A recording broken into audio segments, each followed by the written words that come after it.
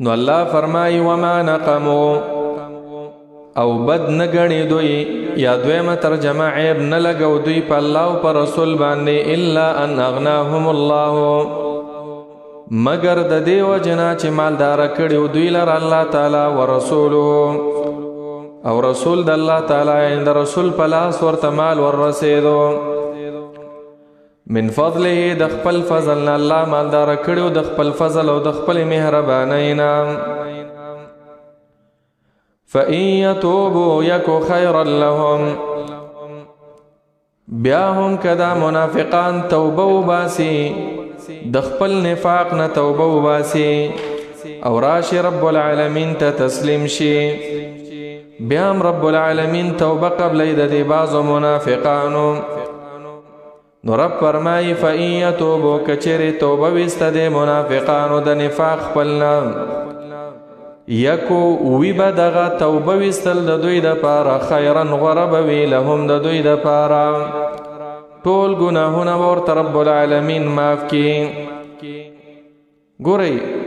منافقانو څومره ضررونه پیغمبر ته رسولي او څومره دین ته خود الله رحم ته وګوره الله وای کده دغه ټولو ضررونو سره دغه ټولو منافقتونو سره پس صدق سره راشي او د زړه نه توبه وباسي ټول ګناهونه ورته به بخما داسې یو کریم ذات یا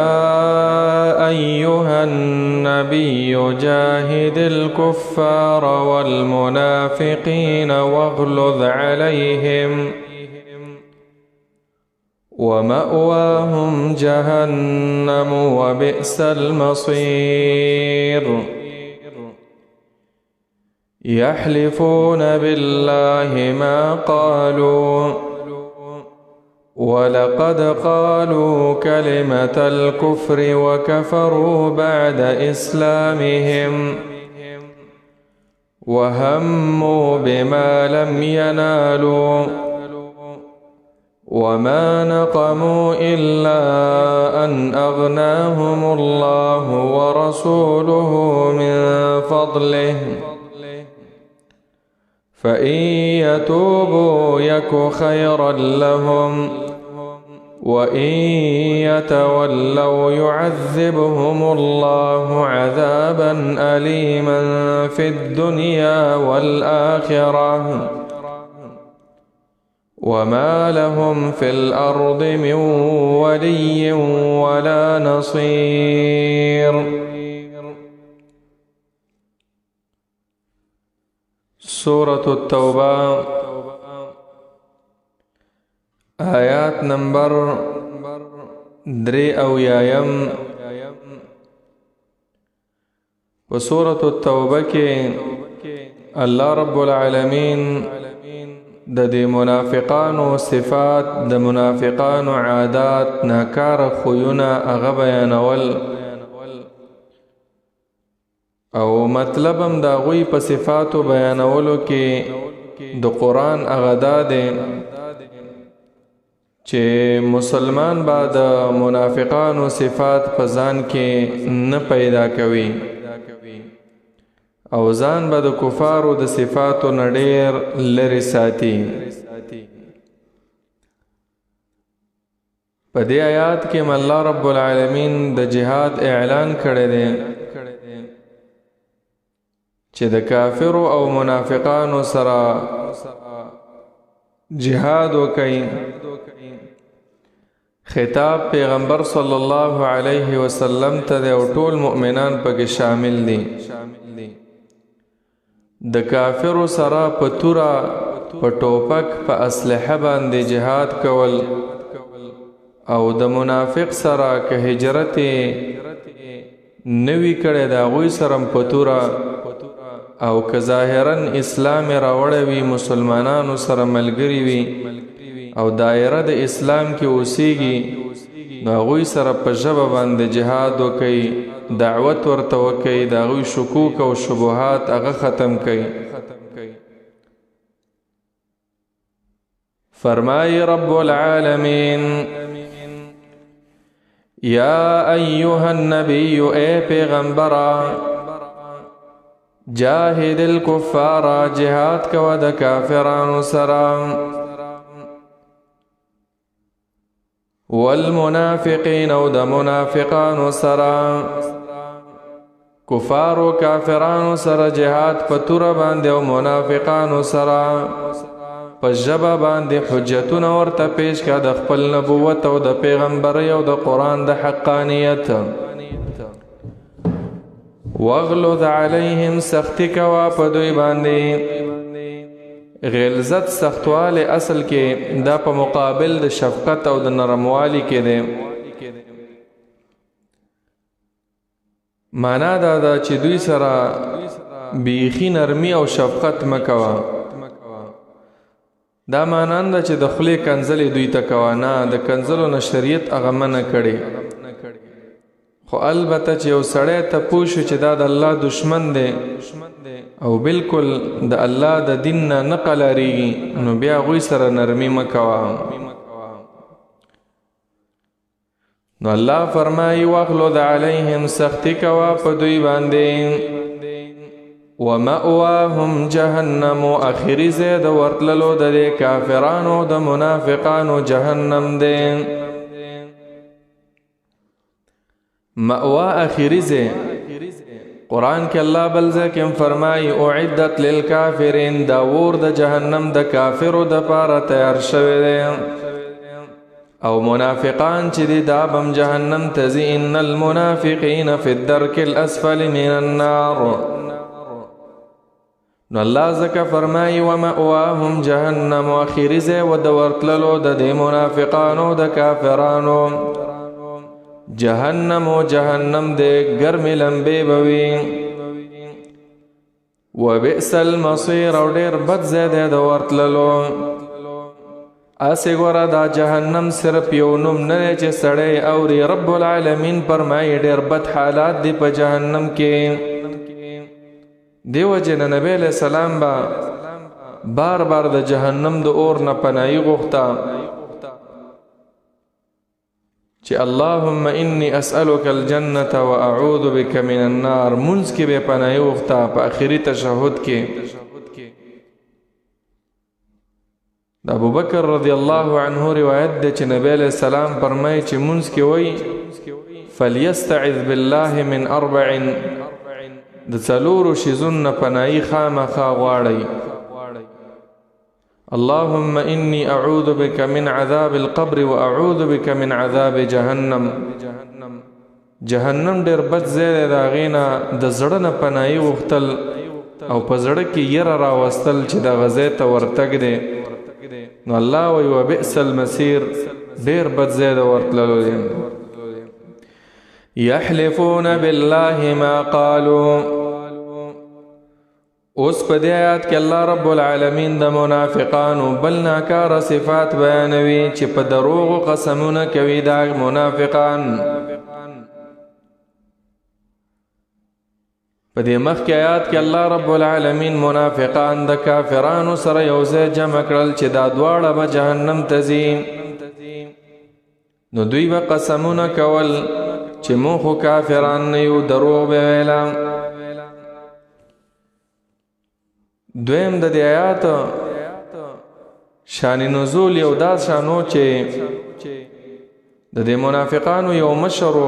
جلاس ابن سوید نومو او هغه قرآن چې بکله نازل شو د منافقانو صفات به بکیو نو دغه جلاس بویلا والله لئن كان هذا الرجل صادقا کدا پیغمبر رښتینی وي نو دا نه ویل ک رښتینی وي الله دې موږ ته هدایت وکړي چې موږ په لار پس روان شو نو دا به ویلا نحنو شر من الحمير بیا خو موږ د خرونم ډیر بدتر یو عمر ابن سعد یو صحابي واغه دا خبره چې واورېدا ورته ویلا چې ته ما ته ډېر ګران وي انک لاحب الناس الی واحسنهم عندي خو دومره خبره را چې تا خو ډېره ګنده او ډېره خطرناکه خبره وکړله که زه دا خبره پټوم نو زه هلاکېږم نو زه ځم زه نبی علیه السلام ته ویم. نبی علیه السلام ته وویله چې دې سړي داسې خبرې کولې دین پسې اسلام پسې. نو نبی علیه السلام راوغوښت ورته وویل ولې دا خبرې کولې؟ نو دروغ قسمونه شروع کړه چې قسم په الله ما څه نه دي ویلي. نو الله دا آیتونه راولېږل. عمیر ابن سعد دعا وکړله چې الہ العالمین چې کوم حق د حق او رشته چې چا ویلي هغه ظاهر کې. نو دا آیتونه را نازل شو چې دا په دروغ قسمونه خوري. نو الله فرمایي یحلفون بالله، قسم کوي دا منافقان په الله تعالی باندې قسمونه خوري په الله باندې. ما قالو چې ندی ویلې دوی کلمې د کفر. دا کومې خبرې چې تا ته را رسېدلې پیغمبره قسم پې کوي چې والله العظیم مونږ دا خبرې نه دي کړي. الله وی ولقد قالوا کلمة الکفر، او یقینا په تحقیق سره دوی ویلې وی دوی کړي دي کلمه د کفر ویلې ده. کلمه د کفر پیغمبر ته به کنزلم کولې په شیشه په غیاب کې، په پیغمبر باندې به عیب هم لګاو،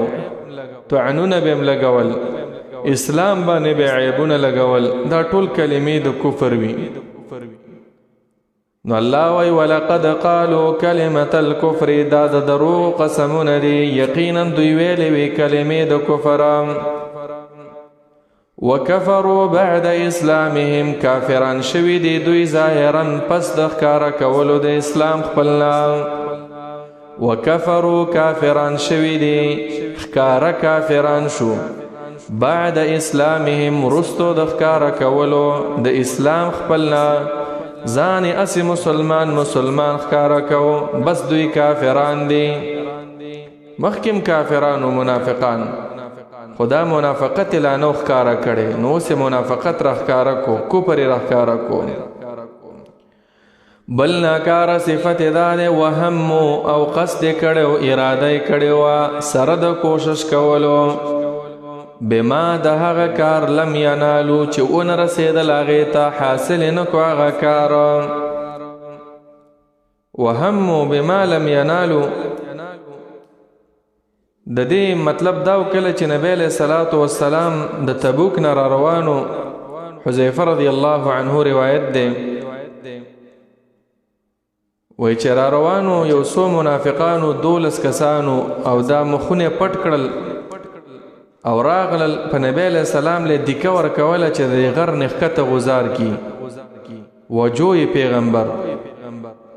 نبی علیه السلام په آواز وکړو او نبی علیه السلام ته الله وښودل سره دې نه مخونه پټو. وی هل عرفتم القوم، صحابه کرام ویل نه د الله پیغمبر ولی کانو متلثمین، اغوی دا تربوزی اچولیو مخونه پټ کړیو. نبی علیہ السلام ویل هؤلاء المنافقون الى یوم القیامت، دا منافقان و تاسو ته پته شته چې دوی څه اراده کوله؟ صحابه به ته پوسو کوم ته پته نه و. وی ارادو ان یزاحموا رسول الله فی العقبه، دا نبی علیہ السلام له دیکه ورکوله چې ښکته وروغورځېد د غر نه د تبوک نه په دې لاره کې چې راځي کې خیلم کړی وي ټول غرونه دي د العلا طرف ته په لنډو لنډو لارو نبی علیہ السلام را روانو. د نبی علیہ السلام سره حذیفه رضی الله تعالی عنه او دارنګ عمار رضی الله عنه الله رب العالمین کامیاب نکړل. وهم بما لم ینالو، دوی مخکم کوشش کو د احد په غزا کې چې مسلمانانو منځ کې اختلاف واچوي خو هم کامیاب نشو. بعضی مفسرین لیکلي دي جلاس ابن سوید دا منافق چې د دې ښځه چې وه هغه دته وویله چې زه به رسول الله صلی الله علیه وسلم په تا خبروم. هغه وویله که دې خبره کړه زه به تا وجنم، خو مړه یې نه کړله. نو لنډه خلاصه دا ده منافقان عمر له کوشش کوي چې مسلمانان مړه کړي، د مسلمانانو په مرګونو کې لاس ولري، او د نبی علیہ السلام د مرګ کوشش کړو د ظالمانو. نو الله فرمایي وهم اراده کړو سره د کوشش کولو، هم صرف د زړه اراده نه چې کوشش هم کړو به ما لم ینالو، په هغه کار باندې لم ینالو چې ورته ونه رسېدل هغې ته، یا یې حاصل نه کړو هغه کار. وما نقموا إلا أن أغناهم الله ورسوله من فضله. الله فرمائی وما نقموا بد نگنی دوی دا منافقان الا ان مگر دا خبر اغناهم الله چې مالدار کړل دوی له الله، بے پروا کړل دوی لره الله تعالی. الله رب العالمین مالونه ورله ورکړل. وما نقموا دوی ته چې کوم مالونه په غنیمت کې ورسېدل نو دا ټول الله تعالی ورکړل. ورسوله او رسول ته چې نسبت شوی دی معنا رسول تقسیمول. حدیث کې راغلی انما انا قاسم والله يعطي، ورکون کې د نعمتونو د مالونو الله تعالی دی، خو زه صرف تقسیم کوم د الله په اذن. نو الله رب العالمین مالدار کړل او د پیغمبر په لاس ورسول. نو ګورئ د آیات نه څه معلومیږي چې چا در سره ښه وکړل ښه ورسره کوه، او چې چا در سره ښه وکړه او ته ورسره بد کې دا منافقت دی. الله مور سره ښه وکړل، پیغمبر مور سره ښه وکړل، او دوی به دوباره واپس به نبی علیہ السلام ته کندې کنستې د وژلو کوشش به کو، د مسلمانانو په منځ کې اختلاف راوستو. د آیات مطلب دا دی چې احسان به نه هېرې. پښتانه متل کوي وایي ښه مه کوه بد نشته. دا خبر اگر چې د اسلام خلاف ده، خو لکه دوی هم داسې لیدلې ده چې چا سره ښه وکړي هغه در سره واپس بد کوي. ورنه ښه چې په ښه نیت باندې وکړي د الله د رضا دپاره، د دنیا دپاره نه، بیا واپس ته الله رب العالمین د هغې بدلې درکوي په دنیا او آخرت دواړو کې. نو الله فرمایي وما نقموا او بد نگنی دوی، یا دویمه ترجمه عیب نلگو دوی پا اللہ و پا رسول باندے الا ان اغناهم الله، مگر د دې وجنا چې مالدار کړي دوی لر الله تعالی و رسوله، او رسول د الله تعالی اند رسول پلاس ورته مال ورسېدو. من فضله د خپل فضل نه الله مالدار کړي د خپل فضل او د خپل مهربانۍ نه. فَإِن يَتُوبُوا يَكُ خَيْرًا لَهُمْ، بیا هم کدا منافقان توبه وباسي د خپل نفاق نه توبه وباسي او راشي رب العالمین ته تسلیم شي، بیا هم رب العالمین توبه قبلې د دې بعضو منافقانو. نو رب فرمایي فَإِن يَتُوبُوا کچېرې توبه ویسته د منافقانو د نفاق خپل نه، یکو وی با دغا توبه ویستل د دوی د پاره خیرن غرب وی لهم د دوی د پاره ټول گناهونه ورته رب العالمین معاف کی. ګورئ منافقانو څومره ضررونه پیغمبر ته رسولي او څومره دین ته، خو د الله رحم ته وګوره. الله وایي که د دغه ټولو ضررونو سره د دغه ټولو منافقتونو سره په صدق سره راشي او د زړه نه توبه وباسي ټول ګناهونه ورته بیا بخمه. داسې یو کریم ذات، داسې یو د سخا والا ذات دی رب العالمین. نو مونږ او تاسو لم پکار دي چې نه امید نه شو. اکثره خلک وایي یو ځل به جهنم لازم، دا جهنم دوی ته ګپ کاري 50,000 کاله ورځ د صرف یوه ورځ د قیامت، هغې نه وروستو به جهنم ته تنګ دی، هغې نه وروستو جهنم ته تللی. یوه ورځ من ګرمي برداشت کولی شو، خو د اعلی سړی د قیامت نه یریږي چې یقیني جوړ شي. الله فرمایي وَإِن يَتَوَلَّوْا که دوی مخ وګرځو توبې نه، یعنې توبې وینېستلې او توبې طرف ته رانغلل، نو څه چل به وشي يعذبهم الله، عذاب به ورکړي دوی ته الله تعالی عذابا علیما، عذاب دردون کی اللہ بورلا دردون کی عذابون ورکی فی الدنیا پا دنیا کی ہما په دنیا کې عذابونه دا دي چې د مسلمان په لاس باندې به وجني ټوکړه ټوکړه بشي په زړونو کې به همیشه د پاره خفګانونه وي خوشالیانې به ناراضي په زړونو کې ټینشنونه به وي خفګانونه به وي زړونه به تنګ وي ذلیل به وي والآخرت او په آخرت کې په سوځولو سره په اور د جهنم باندې مخکې تیر شو چې الله فرمایي ومأواهم جهنم د دې منافقانو زید ورتللو جهنم دی چې ډیر بد زید د ورتللو وبئس المصير په آخرت کې به الله دغه سزاګانې په اور ورکوي او الله به سوځي وما لهم او نشته د دوی د پاره فی الارض په دې ځمکه کې په دې دنیا کې من ولی څوک دوست ولا نصير او نه څوک مددګار ولی هغه دوست وای چې مصیبت در باندې راشي او هغه در لاس ترکی داسې دوست هم د دوی نشته چې د مصیبت نه لري کی او داسې نصير هغه ملګری مددګار چې عذاب کې اخته شي او هغه د عذاب نه راوباسي د دې معنی هم دا شو چې د منافق سړی دوستان نوي منافق سړی چې په زړه کې ټګ وي او د دنیا لالچ د مقصد او اخرت د پاره د دوستی نه کوله د الله د پاره د چا سره مینه محبت نه کو نو د داسې سړی دوستان نشتا الله رب العالمین دوستم نه دی دا سړی معنا د دې آیت دا ده که مصیبت ور باندې راغی الله رب العالمین به مدد نه کوي رب العالمین د سره هیڅ قسم مدد او نصرت نه کوي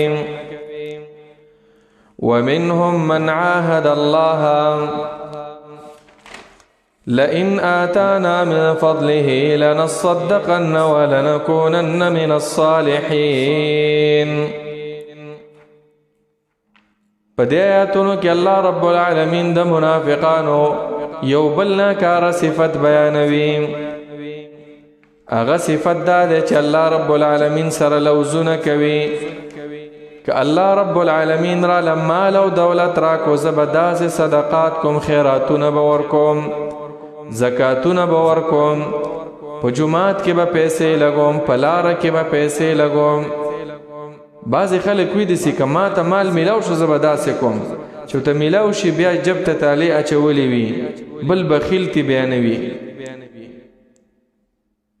دروغجن دی دا لوزو کی دا د منافقانو نخه د نبی علیہ السلام فرمایي چې به الله مالونه ورکی نو بیا مال د الله په لار کې نه لګوي به ته بل کنجوس نه وي حدیث کې مراغلی دی آیت المنافق ثلاث د منافق کار درې نخې دي اذا حدث كذب چې کلم خبرې کوي نو بس دروغي ټول واذا وعد اخلف چې وعده وکي دا ولنه دا مناوي زړه کې دا مقصد پروت چې دا وعده به نه پوره کوم واذا اؤتمن خان چې کله امانت ور سره کې خو دې شي نو بیا با خیانت کوي واذا عاهد غدر دلتم الله رب العالمین فرمایي بما اخلف الله ما وعدوه د الله سره وعده کړي وا ک الله مال پیسې را کړي مال را کو مشری را کړه زبدادا د خیر کارونه کوم او بیا یو د خیر کارم نه کینو دا منافقت دی نو رب فرمایي ومنهم او بعض د دې منافقانو نه من هغه څوک دی عهد الله چې لوز کړي وي د الله تعالی سره لوز کوي د الله تعالی سره څنګه لوز او څنګه عهد کوي داسې لئن آتانا کچېره راک ماتا راک مونږ الله تعالی مال راکو من فضله د خپل فضلنا نو سبق مونږه لنصدقن خامخ صدقې باور کوم زکات باور کوو مونږه خیراتونه بکوو خیر برسو غریبانانو ته د الله بندگانو ته به خیر رسو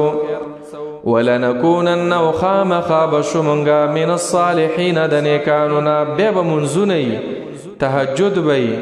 د قرآن درسونه وي او زبا یما. بعض اکثر خلک داسې وایي که الله رب العالمین را لسه راکړه بس نور یو کارم نکوم، بس منځ او دس روجا زکاتونه خیراتونه دا به کوم، چې الله ورله مال ورکي نورم په دې دنیا کې ورډوب شي. هغه خپله خبره تې بې هیروي. نو چې الله سره د لوز کړی او الله لوز پوره کو تاله پیسې درکړي، نو بیا د منافقانو په شان مه کوه چې بیا درنه الله هیر وي، د الله دین درنه هیر وي او بیا نیکوالی باندې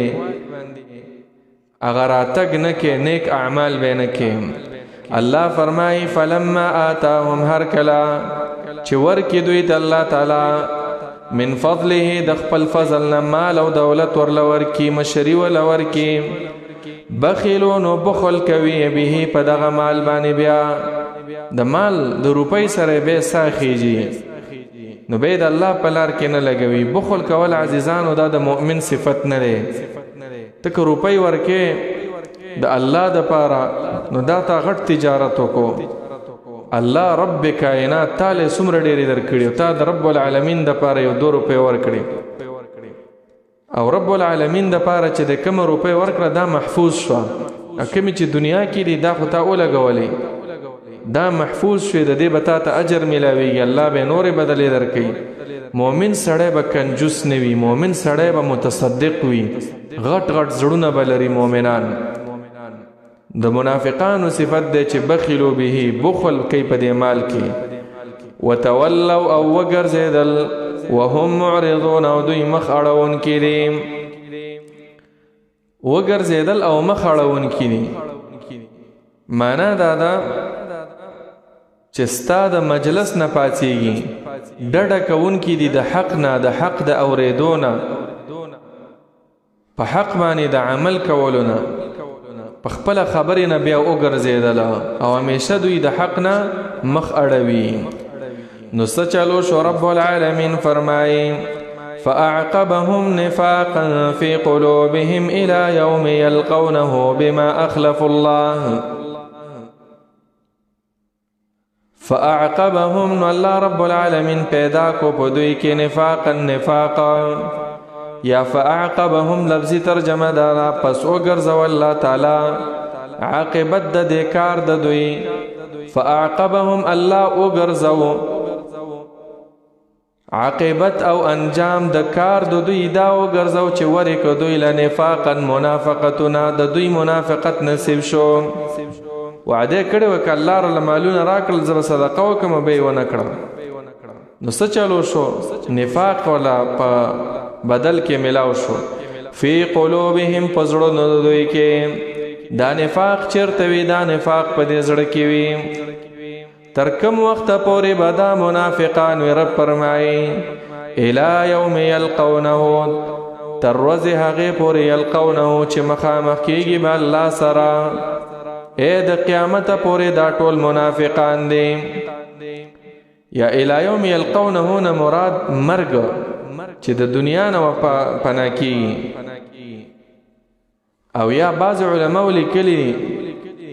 هغه ورځې پورې یلقونه چې مخامخ شي د دې خپل بخل او کنجوسۍ سره. مخکې آیتونه داسې تیر شوي دي چې څوک د خپل مال زکات نه ورکوي، ورځ د قیامت به دا مال به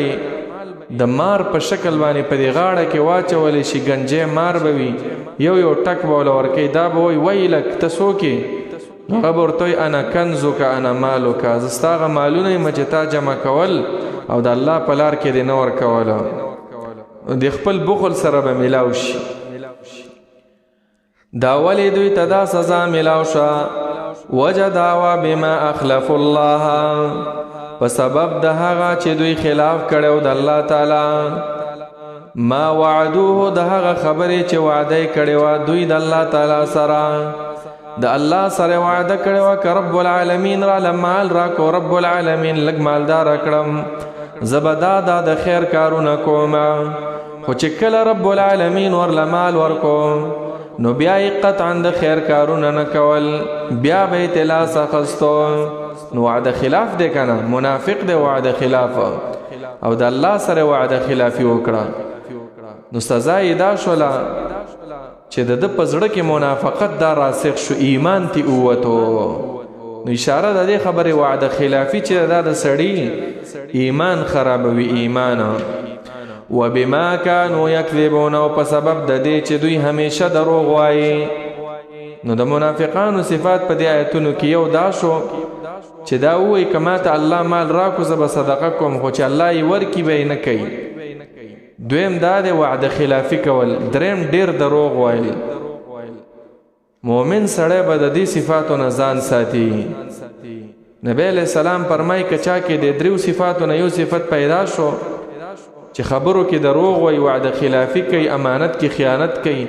نو په دې کې یوه شعبه د نفاق ده یوه څانګه یوه برخه یوه حصه د نفاق ده او که چېرته دا ټولې نښې پکې موجود وي نو کان منافقا خالصا بیا دا سوچه منافق دی او اشاره د دې خبرې ته په دې آیتونو کې چې څوک نظر وکړي نظر منښتې ته وایي که زما دا کار وشو نو زه به یو ګډ د الله په نوم باندې د الله دپاره علالومه که زما دا کار وشو زه به یو 1000 ریاله د الله دپاره د الله په نوم باندې ورکوم او هغه کار یې وشي او بیا نظر نه پوره کوي نو دا ګناهګار دی نو بیا په کار ده چې هغه نظر پوره کړي په نظر باندې پوروالی کول یوفونه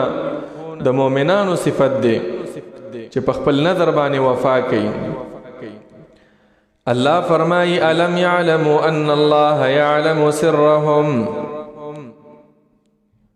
په دې آیات کې الله رب العالمین زور نور کوي منافقانو ته چې اے منافقانو ستاسو په هر حرکت باندې رب العالمین خبر دی په پټو رازونو په پټو جرګو باندې په دې هر څه باندې رب العالمین خبر دی نو چې الله دنه خبر دی نو که تاسو څه راښکاره کوئ او که څه پټوئ نو د الله نه څه پټولی نه شئ اشاره موږ ته پکې دا د درس دی چې د الله سره رښتینی اوسېږه الله ته خو معلومي د الله نه خو نشي پټېدی نو رب فرمایي الم یعلموا آیا دوی نه دي پوهېدلي چې دا وعده خلافي دا یو ناکار عمل دی آیا دوی نه پوهېږي په دې خپله وعده خلافۍ باندې یا دا ترجمه ده الم يعلموا آیا دوی نه پوهېږي چې ان الله یقینا الله تعالی یعلمو پوهېږي سرهم په پټو نیتونو د دوی باندې په پټو خبرو د دوی باندې ونجواهم او په جرګو د دوی باندې او په پټو مجلسونو دوی پټ پټ مجالس کا کوي که پیغمبر پسې خبرې کوي که دین پسې په دې ټولو باندې رب العالمین خبر دی ولې تاسو ته دا پته نشته آیات کې اشاره ده چې دا خو ډېر آیاتونه تنازل شو تاسو به اوس پوه شوي یئ وان الله او یا نه پوهېږي دا منافقان چې یقینا الله تعالی علام ډېر پوهېدونکی ذات دی الغیوب په هغه پټو شیزونو باندې په ذره ذره باندې رب العالمین خبر دی په توره شپه په توره ګټه تور میږي ویني هم داغې د خپو کشارې موري داغې د زړه نم خبر دی نو زمونږ زړونو باندې خو علیم بذات الصدور ذات دی رب العالمین دا سینا دا زړه چې دی ګوره دننه په پردو کې دی په سینو کې دی په پختۍ کې دی بیا په دې کې دننه دا ارادې دا ډېر پټ پټ شیزونه یي په دې ټولو باندې رب العالمین خبر دی وان الله یقینا الله تعالی علام الغیوب پوهېدونکی ذات دی ډېر په پټو شیزونو باندې نو د الله نه څه نه پټېږي د الله سره صادق اوسېږه رښتینې اوسېږه یو عمل رښتینی وکړه او تی به نتیجې ته ګوره نو الله دا د منافقانو صفات ځکه بیانوي ایمان چې صفا کوئ نو د منافقت نه به ځان لرې ساتئ منافقت نه که لرې والی غواړې په قرآن لرې کېږي قرآن چې په چا بد لګېدو قرآن ټیم ورته نه میلاوېدو توفیق ورته نه میلاوېدو دا دې په دې باندې پوه شي چې زما زړه دا مخکې دې آیتونو کې ذکر شو چې الله توفیق نه ورکوي زړه کې خیره ده الذين يلمزون المتطوعين من المؤمنين في الصدقات په دې آیات کې الله رب العالمین یو بل صفت د منافقانو ذکر کوي. منافقانو دا کار کوو چې چا به صدقې کولې هغې ته به ویله دا خو ځان خیریه کار دی، او چې چا به لږ شی راوړل لکه جوره مجوره یا لږ د خپل هغه د مزدورۍ مطابق د ورځې به 2 روپۍ ګټلې 1 روپۍ به راوړه د الله دپاره به د الله په نوم باندې ورکوله، ویل به چې هغې پسې به ملنډې کولې چې دې ته د الله څه ضرورت دی، دې ته د پیغمبر څه ضرورت دی. نو په یو کې به هم سړی نه پرېښودو چې چا به ډېره صدقه کوله وی دا ریاکار دی، او چې چا به لږه کوله او ویل به چې دې ته خو ضرورت نه و، ستا دې روپو ته خو ضرورت نشته، نو دې باندې به یې عیبونه لګول. الله رب العالمین دا ایتونه راولېږل. یو سړی به نیمه کجوره د الله دپاره ورکړي او په هغه نیمه کجوره کې به دومره زور وي چې د جهنم اور په ده حرام شي. نبی علیه السلام فرمایي اتقوا النار ولو بشق تمرة، تاسو د جهنم د اور نه ځان بچ کړئ اگر که په نیمه کجورې. په دې صدقه کې ډېر پاور دی، ډېر زور دی. الله ستاسو د زړونو ته ګوري، ډېروالي د مال ته نه ګوري چې ډېر روپۍ ورکړي، زړه اخلاص ته په اخلاص سره چې لږ شی م ورکړي الله رب العالمین ته قبول دی. حدیث کې هم داسې راغلی دی چې یو صحابي راغی او هغه ډېر دراهم او ډېر دنانیر راوړل، تقریبا 8000 دراهم او دنانیر ورسره و. عبدالرحمن ابن عوف او نیم خپل مالی نیمه حصه کو او هغې نبی علیہ السلام لورکو. نبی علیہ السلام ورته دعا وکړه بارک الله لک فیما امسکت و فیما اعطیت. نو منافقانو وویله چې ما اعطاه الا ریاء، دا خو ریاکار دی. په نفس مجلس کې یو غریب سړی راغی، یو سوع یوه پیمانه یعنی 2 کیلو 2.5 کیلو کجوري راوړی.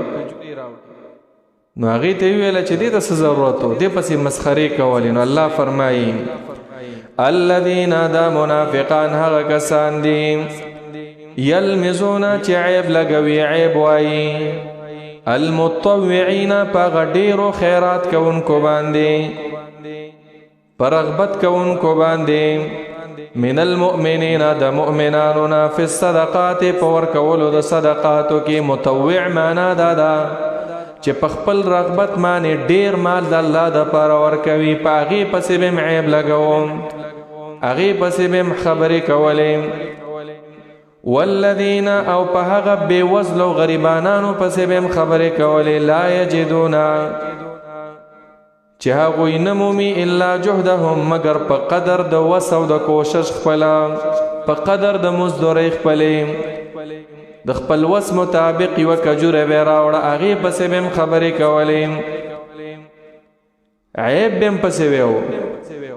عیب لمز د دې سترګو عیب ته مو چې دې ته ګوره، او په خوله باندې م خبرې کوله، او بیا به پسې ملنډې م کولې، ورته به ورپسې چې دا دې څه وکړل. الله وایي فیسخرون منهم، او مسخرې او ملنډې او ټوقې م کولې په دې مؤمنانو پسې چې دا دومره لږ شیز دی ولې راوړو. نو الله فرمایي سخر الله منهم، الله به سزا ورکړي دوی ته، منهم د دوی د مسخرو، جزا من جنس العمل. په ورځ د قیامت به په عذاب کې هم دغه شان مسخرې به بګي کېږي.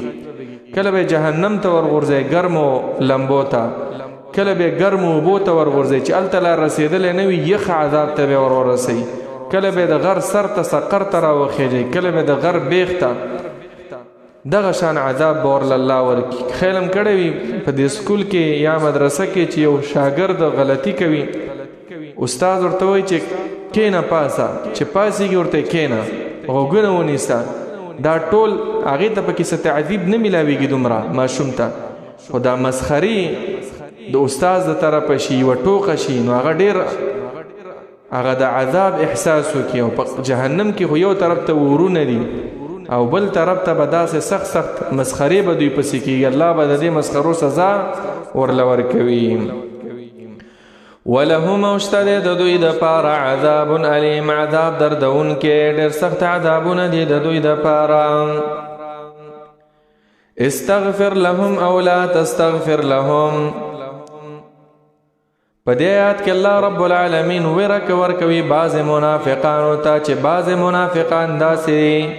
ایک یو ځل نه دو ځل نه لس ځل نه شل ظلم نه او یا ظلم توبه وباسي پیغمبر ورله مغفرت وغواړي الله ورته بخښنه نه کوي لکه د دوی په زړونو کې دا کفر او نفاق سم ورنوتی و. بعضې داسې ودسې او یا ځل الله فرمایي که او یا ځل ورله پیغمبره ته ورله جرګه وکړي ته ورله مغفرت وغواړي الله یې نه بخي. او یا نه مراد دا دی چې ډیروالي ته اشاره ده صرف نه چې که یو او یا ځل یې وغوښته نو بیا معافي کوي نه چې په زرګونو ځل هم ورله مغفرت وغواړي الله یې نه بخي. دا اصل کې داسې و عبدالله ابن ابی ابن سلول دا رئیس المنافقین چې و د ده باره کې دا آیات و او د ده په شان نور منافقان چې کله ده ته مرګ راغی ظاهرا خو دی مسلمانو خو مسلمانانو ته ډېر ضررونه رسولي زوی راغی د هغې حباب نومو ورته ویل چې زما پلار مړ کېږي که ته راشې د الله پیغمبره و ته پې مونځ وکې جنازه پې وکې نو نبی علیه صلات وسلام ورته ویل ته خو د اول دا نوم بدل کړه الحباب مه وایه ځان ته عبدالله وایه. نبی علیه السلام راغی ظاهرا خو دی مسلمان و که نه او مونځ د جنازې م پې وکړو الله دا آیتونه راولېږل او وروستو آیتونو کې بیا راځي نبی علیه الصلاة والسلام الله تعالی منم کو ولا تصلي على احد منهم چې منافقانو کې څوک مړ کېدو په هغې جنازې مه کوه. نو الله ورته وایي که چېرته ای پیغمبره ته ورله او یا ظلم معافي وغواړې الله یې نه بخي. الله فرمایي استغفر بخښنه وغواړه ای پیغمبره لهم د دوی دپاره او لا تستغفر یا بخښنه مه غواړه د دوی دپاره. معنا دا ده که بخښنه وغواړې او که ونه غواړې ای پیغمبره سواء هیڅ فایده دوی ته نه رسوي. یو ځل بخښنه خو پرېږده ان تستغفر لهم که ته چېرته بخښنه وغواړې د دوی دپاره 70 مرة او یا ځل ورله بخښنه وغواړې ای پیغمبره فلن یغفر الله لهم هیڅ چیرې الله بخښنه نه کوي دوی ته. د آیت کې ډېر سخت وعید دی. منافق سړي سزا هم دا ده چې پیغمبر هغه پیغمبر چې شونډې به وخوځولې فوراً به دعا د هغه قبلېدله. د پیغمبرانو دعاګانې ډېر زر قبلېږي. موسی علیه السلام ته الله رب العالمین دا سمندر ولې کلاو نه کو یونس علیه السلام شونډې وخوځولې لا اله الا انت سبحانك انی كنت من الظالمین. الله هغه د سمندر نه د مۍ د خېټې نه راویستو. نوح علیه السلام صرف شونډې وخوځولې چې رب لا تذر على الارض من الكافرین دیارا ای الله د کافرونه نور پتنګې ما بس دا نور نه مؤمنان کېږي الله ټول هلاک کا. الله د اسمان نه اوبه او د ځمکې نه اوبه راوخوټ کولې او د اسمان نه راوورولې ټول یې هلاک کړله. نبی علیه صلات والسلام هم چې دعا وکړله صحابي راغی د جمعې ورځ وی د الله پیغمبره قحط دی اوبه نشته دی او د جمعې ورځ نبی علیه السلام لاسونه پورته کړل چې یا رب العالمین باران وکړي. صحابه فرمایي چې په دې اسمان کې چېرته د نوکم را د ذرې برابر د وریځې شکل نه و الله وریځې راوستې او لا موږ مونځ ختم کړی نه او باران شروع شو. داسې پیغمبر و خو دا منافقانو نه الله دومره ناراضه دی کوم دا پیغمبر ورله او یا ځل معافي غواړي الله ورته وایي زه ورته بیا هم بخښنه نه کومه. نو عزیزانو منافقت دا ډېر یو ناکاره صفت دی دې نه ځان ساتل پکار دي. دا ولی رب العالمین فرمایي ذلک بانهم دا په دې وجه چې دوی کفروا بالله کفر کړی په الله تعالی باندې ورسوله او د الله پر رسول باندې په زړونو کې دوی ایمان نه لري پر رسول پسې بیا دوی مسخرې کوي. والله الله تعالی لا يهدي القوم الفاسقين توفیق د هدایت نه کوي یا جنت ته نه بوځي هغه قوم چې فاسقان دي وتون کې دي د اسلام نه. نو منافق سړی کافر هم دی چې زړه کې ایمان نوي او په خوله باندې صرف وایي چې زه مؤمن یم او هم فاسق هم دی. الله رب العالمین دې موږ او تاسو ټول د منافقانو د صفاتو نه وساتي او رب العالمین زمونږ او تاسو مینه او محبت د قرآن سره